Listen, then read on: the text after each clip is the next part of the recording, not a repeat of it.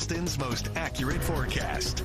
Another beautiful weekend, but starting to get a little bit cooler. That is true. And you really notice now how dry it is. I was working on the leaves today, Pete. Everything was brittle. It was so just crunchy. Absolutely. Fire danger remains high, and it's going to get higher by the middle of the week. Did you get used to it yet? Not yet, right? At 4:30 sunset is tough to take, but it does get a little bit worse as we go into December, but not by much. 23 more minutes we lose on that sunset, so 4:11 is what we're aiming for by December 3rd through the 7th. So that's it. And then we start gaining a little bit on the sunset. The problem is you still have the shortening days because you're losing it on the sunrise until the solstice. The turnaround, well, forget about the daylight and the loss of daylight. We're going back into the 70s. The records are possible by midweek, and we're still dry. No significant rain ahead. We have a couple of sprinkles here and there. Last night we had the hard freeze in the suburbs. Tonight we'll have it again. We went back at about 25 in both Bedford and Norwood this morning.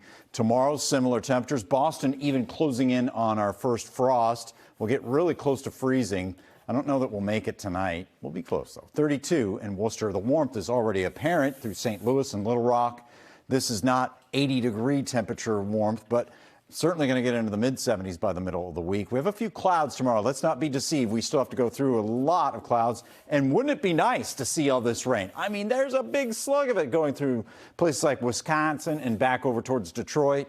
Why not? Why wouldn't that come our way with this weather system? Well, a lot of that goes to the north, and we just get a thin ribbon of showers by the time it comes to us.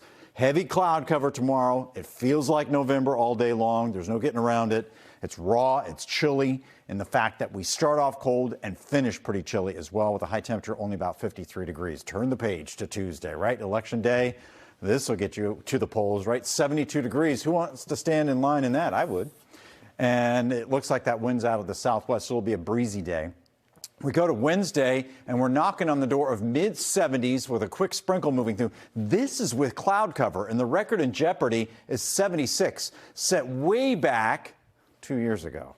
And in Worcester, the record is 72. I think we'll at least match that on Wednesday's forecast, and then see our temperatures drop back as we go through the end of the week. But the drop back is subtle on Thursday. It's not a dramatic drop. And when we get to Friday and Saturday, it doesn't look all that chilly. No, there's not a lot of cold air behind this weather system. In fact, the morning low temperature on Thursday is closer to our high temperature for the day.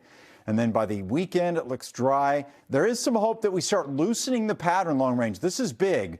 Monday through Wednesday of next week, weather systems are coming at us, and this is how you break a drought. Gradually, bring in some few sprinkles by Veterans Day, and the temperatures hold in the 50s. We might even see a little bit of a return in those 60s, Glenn.